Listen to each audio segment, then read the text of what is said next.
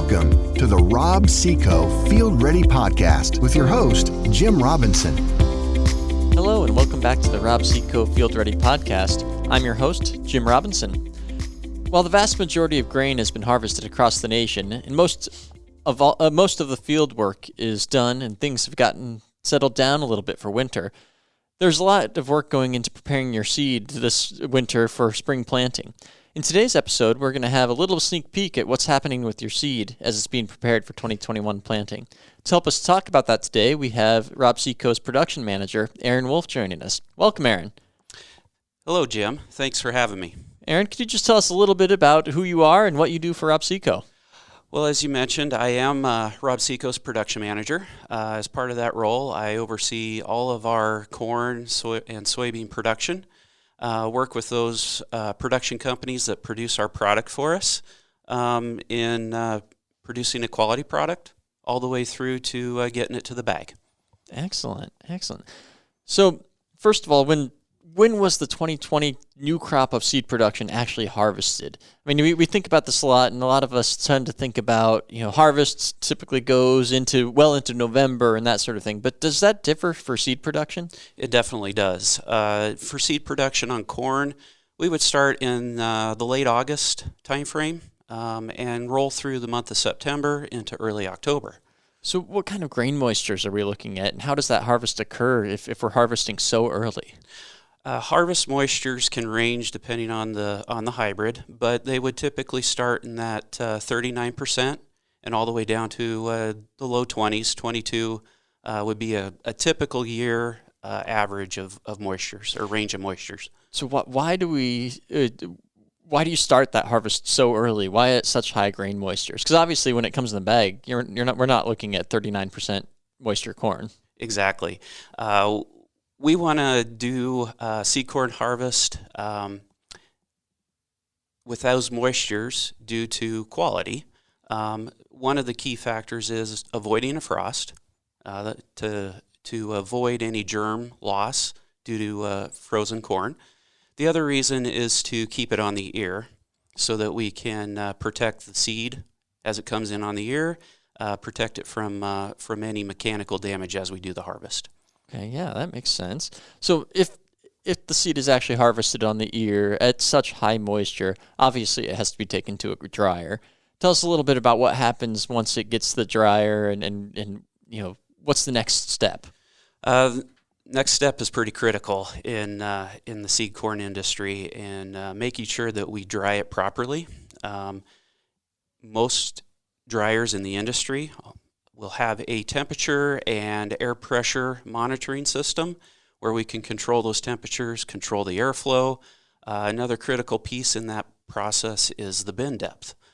We want consistent, even flow of air at the right temperature to dry it down at the right rate so that we don't damage the germ any further. Exactly. So just to expand on that a little bit more, temperature, airflow, grain depth, and uniformity of that airflow across the corn itself is really important. What are some things that can go wrong if that temperature is too high? If temperature is too high, we can damage the pericarp. If it's because we could dry it too fast and cause that pericarp to be exposed, allowing additional seed-borne diseases in and allowing damage at the time of shelling. Mm-hmm. Yeah, so that could damage the seed, reducing germ, allow seed-borne diseases to enter, which further reduce germ or can impact stand establishment on the new crop. But, obviously, drying too fast with too high of a temperature is bad, but on the converse side, what happens if you dry too slow? Similar things can happen, and I'll relate this to our customers on the commercial side where you could get wet pockets within that drying bin, just like your commercial grain bin. If you don't monitor the temperatures and the airflow, if you store your grain, you can get those pockets causing mold, other issues, crusting, and damage the germ as well. Exactly. Excellent. So how far down in moisture is the grain dried before it reaches the sheller? We like to target at 12.5% is a target shelling moisture. Is there any particular reason for 12.5% versus, say, a more typical 15? It helps with shelling. It helps with the quality as well as we run it through the sheller, and gives us the prime optimum moisture as we run it through the sheller, and then ultimately storage in bulk. Great. So we have dry grain still on the cob, needs to be shelled. Tell us a little bit about what happens after it's been dried in the dryer. Yeah. So it'll go to the shelling operation. At that point in time, we use a sheller that is very gentle on the seed. It does more rubbing, keeps that sheller mechanism full, and does more rubbing to rub the seed off the cob as opposed to other mechanisms that could be used. Yeah, and all of that's obviously done to preserve quality as best as possible. So after it comes off the sheller, there's some preliminary testing that happens in order to make sure, before going into the next steps, investing additional money into that seed to ensure various aspects of quality. What's done to predict the quality after the seed is shelled? Well, as it's shelled, a sample is pulled throughout the shelling run for that particular hybrid and ultimately lot. That sample is then used to determine many, many things, from quality to seed size to the number of units we're going to get out of that particular lot. Yeah. So that allows the whole predictive process that allows RobSeco to actually take orders against the seed in specific seed sizes and predicted package types and those sorts of things. And that, it's a lot of predictive nature to that. It's never going to be 100% accurate at that time, but correct. It'll be pretty darn close. So what's next for those bulk samples? So the predictive quality's taken off and it's been shelled, and then what? So, like I said, that'll go through a testing protocol for sizing it out. It will then, each one of those sizes will then go through a battery of tests.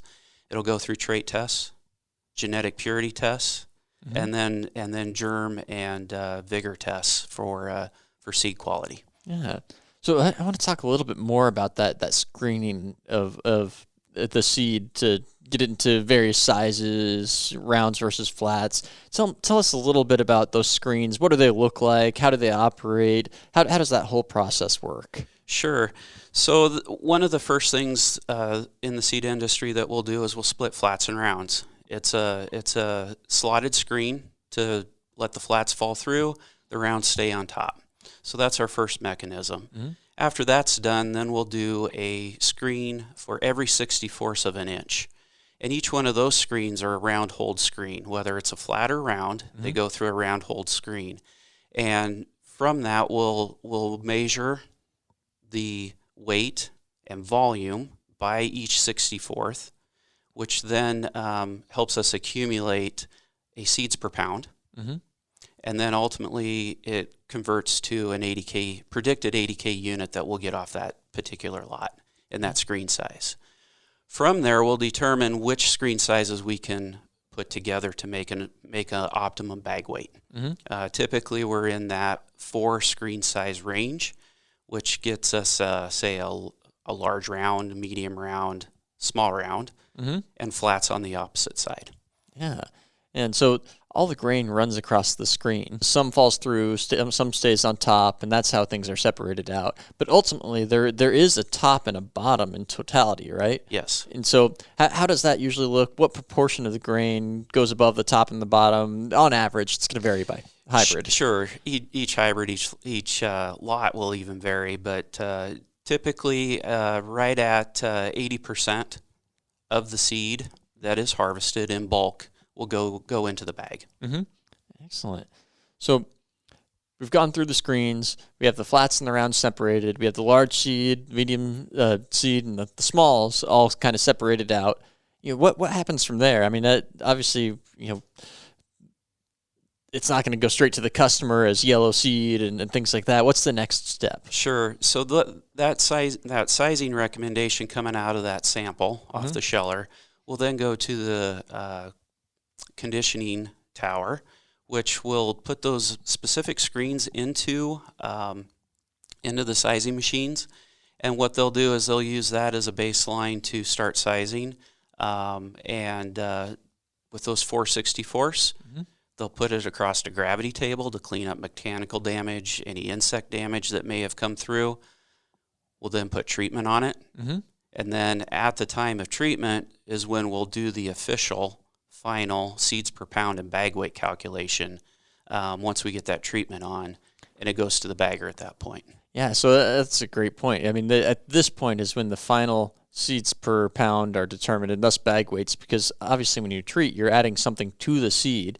About how much weight does the treatment actually add on a per unit basis? About a half a pound is generally what would go on. Yeah, so a very small proportion of the entire bag weight, but sometimes we see that make a small flat turn into a medium flat as it comes over a threshold of that half pound can make an actual pretty significant difference. That is correct, Jim, and that's where we can have changes on seed size of predicted in October, November, December until it's finally bagged.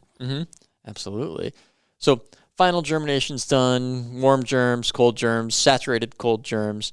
Genetic purity is finished out. How is genetic purity determined, first of all? Genetic purity can be done in multiple fashions.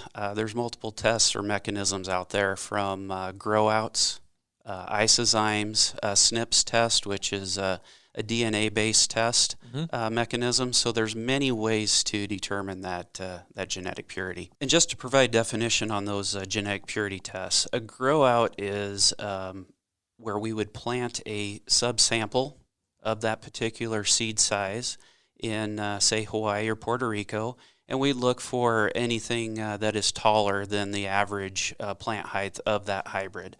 We'd also look for definition of leaf structure and other items that may point us to having an off-type within that seed size. Absolutely, and in a number of those ways, often more than one is ultimately end up being used. Grow-outs can be used to determine percentage of tall off-types. Obviously, no seed company wants to see any tall off-types in a lot, but it does occasionally happen, and it has to be measured ahead of time before the seed actually goes out to the customer. If it gets bad enough, that lot is ultimately not usable or needs to be further processed to try to eliminate those where possible. Yeah, as we say, those grow-outs will help depict those tall off-types, which can really stick out to the customer. And they can really give a true visual, as we all are very visual people, to determine whether it's quality or not. Absolutely. I mean, we've seen cases where a given lot may have about 0.7% of tall off-types in the lot, and visually from the side of the road, it looks like 5, 6, 7% of the field is actually tall off-types. They stick out like a sore thumb. They do. So we've all seen cases where the seed comes through and it may not actually look like we want it to look like. I mean, how is that caught early enough on in the process to where it doesn't actually reach the customer for any kind of ugly-looking seed? Is there any sort of visual ratings that go into measuring the seed? Yes, there would be several visual ratings, from understanding cracked pericarp, diseased kernels, diseased seed. Seed treatment coverage would be another one that would get caught at the time of at final quality check coming from the bagging line. Yeah. So ultimately, that's kind of everything that gets the units from the field into a bag of seed. What's the general span of dates over which these activities are occurring?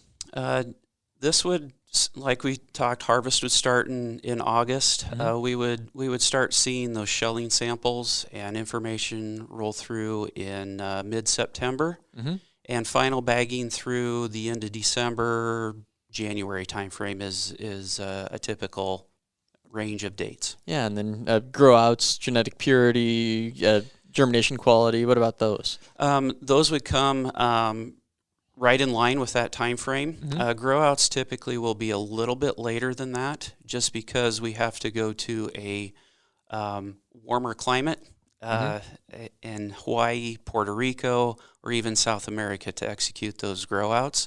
So those will get planted the first part of December, mid-December, and get red in January sometime. Excellent. And then from there, basically the seed goes to a climate-controlled warehouse where we store the seed and then begin shipping it to our business associates and directly to our customers, which then ultimately gets planted by the customers in the end. So, Aaron, just to kind of summarize everything that we've talked about, like you said, that harvest really begins in August at moistures that may be as high as 39%, all the way down to about 22% or so. From there, the seed goes to dryers, and it's dried down to 12.5% moisture, very slowly, but not too slowly, in order to preserve moisture as best as possible. Then from the dryer, a very gentle shelling process occurs to preserve quality, minimize damage to the seed itself, and the seed is then separated into flats and rounds and screened for various sizing and preliminary quality determined, kind of simultaneously. And from that point on, it's basically a matter of treating the seed, packaging the seed, wrapping up final official quality, bag weights, seeds per pound on the seed, and genetic purity is determined through kind of the rest of the year. Does that summarize things pretty well? Yes, it does, Jim. That was a great summary. Excellent. So, thank you so much for joining us today. I really appreciate your time, Aaron. Thank you, Jim. Glad to be here. Great. As always, be sure to tune in on the 1st and 15th of every month for new episodes. And until then, stay field ready. Thanks for tuning in to this episode of the Rob Seco Field Ready Podcast. Join us next time to be field ready.